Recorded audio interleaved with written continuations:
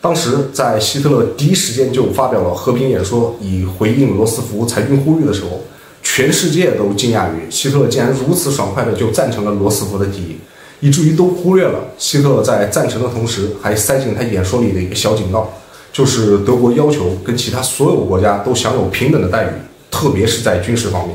如果不能享有平等待遇，那么德国宁可退出日内瓦裁军会议，甚至是国际联盟。而且他真的就这么做了。当他看到一同赞成罗斯福裁军提议的协约国坚持要在8年之后才肯把军备降低到跟德国同等水平的时候，他当即宣布，因为其他大国不肯给德国平等待遇，那么德国立即就退出日内瓦裁军会议以及国际联盟。希特勒心里非常清楚，这是一次危险的赌博，也是他以后众多故意冒险的第一次。只不过接下来没有发生任何事情，希特勒就知道他赌对了，于是接下来他就可以打凡尔赛合约的主意了。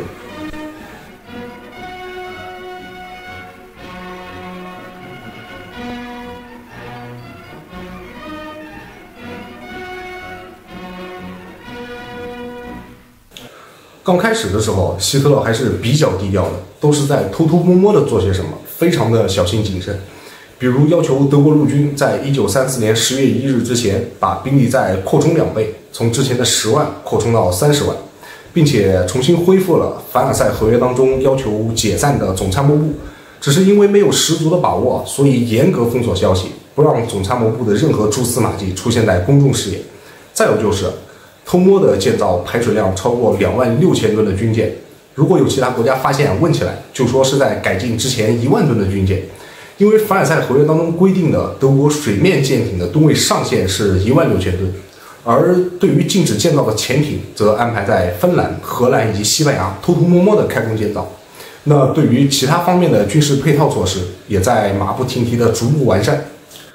即便不是光天化日、明目张胆，但是在做了这么多小动作之后，英法等协约国已经不可能不知道希特勒有什么意图了。但有意思的是，他们不仅跟之前一样没有采取任何行动，甚至都在考虑要不干脆直接就承认德国已经在重整军备这一既成的事实，以至于后来就是1935年的2月初，正式给德国提议给予德国军备平等的待遇，并且邀请德国一起签订东方公约。希特勒的回复殊堪玩味，对于英法的提议，他既没有表示赞同，也没有表示反对，却说了另外一件事情，就是要收回凡尔赛合约当中割让给法国的萨尔。就在英法给德国提出建议的1个月前，萨尔地区举行了公投，萨尔人民以47.7万对4.8万的绝对压倒性的优势要求重归德国。那希特勒就借此机会声称这是萨尔人民自己的选择，所以他要求收回萨尔，并且他还说萨尔问题解决了，那德国跟法国之间就没有分歧了，他对法国也就没有其他领土的要求。那别人就顺理成章地理解成为希特勒放弃了对其他领土的追索，甚至就包括阿尔萨斯洛林。这毫无疑问又是希特勒另一次故意的冒险，公开追索一战战败后割让的土地。不过即便如此，英法同样没有表示抗议，甚至依旧给他提出了之前的建议，军备平等，签订公约。那这样一来，希特勒就很高兴了，于是邀请英国的外交大臣约翰·西蒙到柏林来面谈。这次会谈其实又是另一场赌博的开始，希特勒也在为他公开撕毁凡尔赛合约做一些别的试探。在商定好约翰·西蒙将于3月初到访柏林之后，希特勒立马让空军司令赫尔曼·戈林接受采访，并且在采访中公开昭告全世界，德国现在已经拥有了一支空军。即便这是凡尔赛合约当中明确禁止的，即便其实全世界早都已经知道有这么一回事了，但毕竟德国从来没有公开承认过，而这个时候公开的说出来，其实就是想看一看英法等国家会有什么反制手段。结果没想到接下来没有下文了，英国甚至连抗议都没有。约翰·西蒙依旧表示希望自己可以如期的到访柏林，就好像公然违反凡尔赛合约的事情没有发生一样。那要这样的话，希特勒就知道接下来自己该怎么做了。1935年3月16日，希特勒颁布了一项法令，实行普遍兵役制，军队扩充到50万人。凡尔赛合约的军事限制光明正大的在台面上到此为止了。虽然之前做的事情差不多，但都是偷偷摸摸私下的勾当，而这次是国家在官方层面直接明目张胆的操作，意义完全不一样。即便如此，英法等国家依旧没有任何实际行动。但跟之前不一样的是，这次他们终于提出了抗议，但也仅仅只是提出了抗议。随后，英国政府还询问希特勒是否依旧愿意接见他们的外交大臣。希特勒估计自己都没想到英国人这么敞亮，所以大方答应。因为在外交层面上，他依旧是那个爱好和平、积极拥护罗斯福裁军协议的德国元首。于是到了5月21日，希特勒又发表了一次和平演说。讽刺的是，当天上午他还颁布了秘密的国防法，命令经济部长沙赫特研议战争经济，并且彻底改组武装部队。但是在演说里，希特勒把身段放低到无比的柔软，他甚至都没有对那些因为他公开废止凡尔赛合约而谴责他的国家表达不满，强调的只有德国热爱和平。他说过去的300年，在欧洲大陆上，因为帝王野心、政治欲望以及爱国偏见流了那么多的血，结果到头来，法国依旧是法国，德国依旧是德国，波兰依旧是波兰，而意大利也依旧是意大利。所以战争是没有意义且令人极端厌恶的。他还说德国认识到一个简单而又朴素的道理，就是没有一场战争可以从本质上改变欧洲的苦恼，而每一场战争的最终结果都是摧毁了国家的精华。所以德国需要和平，德国盼望和平。Deutschland hat abgerüstet. Es hat alle in dem Friedensvertrag auferlegten Verpflichtungen weit über die Grenzen jeder Billigkeit, ja jeder Vernunft hinaus erfüllt. 不得不说希特勒还是非常懂得什么叫做以退为进的。他最后又向英国递出了一根橄榄枝，虽然这根橄榄枝是带着倒刺的。他向英国人喊话，他愿意把德国海军的力量限制到只有英国海军力量的35%，因为他理解并且支持大英帝国在海洋上拥有一支绝对优势的力量。所以德国既没有打算，也没有必要，更没有能力跟大英帝国在海洋上搞军备竞赛。而且这样一来，法国也同样可以放心，因为德国海军总吨位依旧比法国少15%。之所以说这是一个带着倒刺的橄榄枝，是因为这看起来像是在主动削减军备，而实际上它锚定的是英国的皇家海军。即便是英国海军的35%，也足以变成一支不容小觑的海上力量。况且这样一来，就不必逐条击破凡尔赛合约里复杂的对海军的限制。那英国人自然是非常感兴趣的，于是就邀请德国到柏林来就此提议进行谈判。尽管希特勒派去了谈判代表，他们的外交部长愣头青一般的里宾特洛甫到伦敦直言不讳地说希特勒的提议是不容谈判的，要么接受，要么就拉倒。有点出乎希特勒意料之外的是，英国人竟然没有提出任何其他要求，就直接接受了，而这等于单方面赞同希特勒公然废止凡尔赛合约。因为早些时候，英国连同法国以及意大利为了阻止德国日后可能撕毁凡尔赛合约而组成了斯特雷萨阵线，而现在英国跟德国达成协议，并没有提前通知法国跟意大利，甚至拒绝告知法国和意大利他们究竟具体同意了德国建造哪些舰船。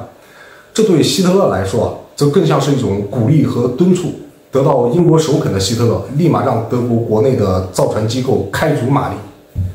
而另一个法西斯领袖意大利总理墨索里尼在看到这些之后，他认为既然英国可以默许德国无视国际准则，公然废止国际公约，那作为盟友他也行。于是在1935年10月3日，墨索里尼入侵了阿比西尼亚，就是今天的埃塞俄比亚，结果却遭到了截然不同的待遇。国际联盟在英国带头、法国的支持下表决对意大利进行制裁，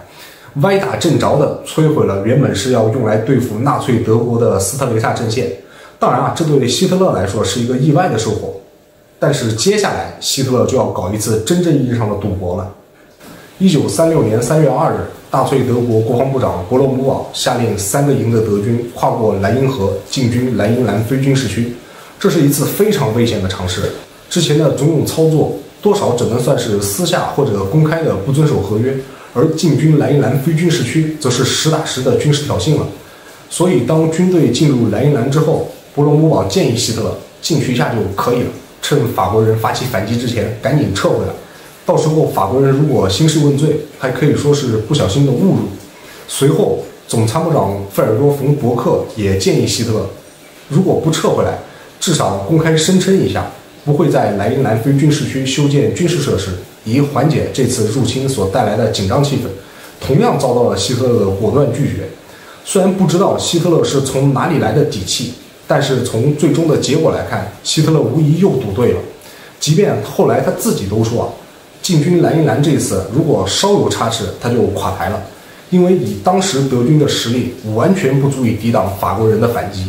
但是拥有100个师的法国没有采取任何的行动。随即，法国的外交部长动身前往伦敦，以寻求英国的帮助。但是英国人告诉他，德国人终究不过是进入了自己的后院而已。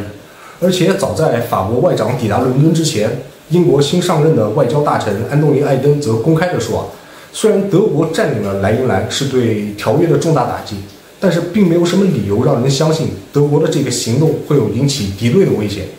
这件事情就这样不了了之了，英法草草收场，希特勒不费吹灰之力占领了莱茵兰。虽然这只是一个非常非常小的军事行动，但是意义非凡。这足够让希特勒知道，他的纳粹德国会在欧洲有更广阔的新机会，因为仅仅3个营的德军，欧洲都没敢怎样。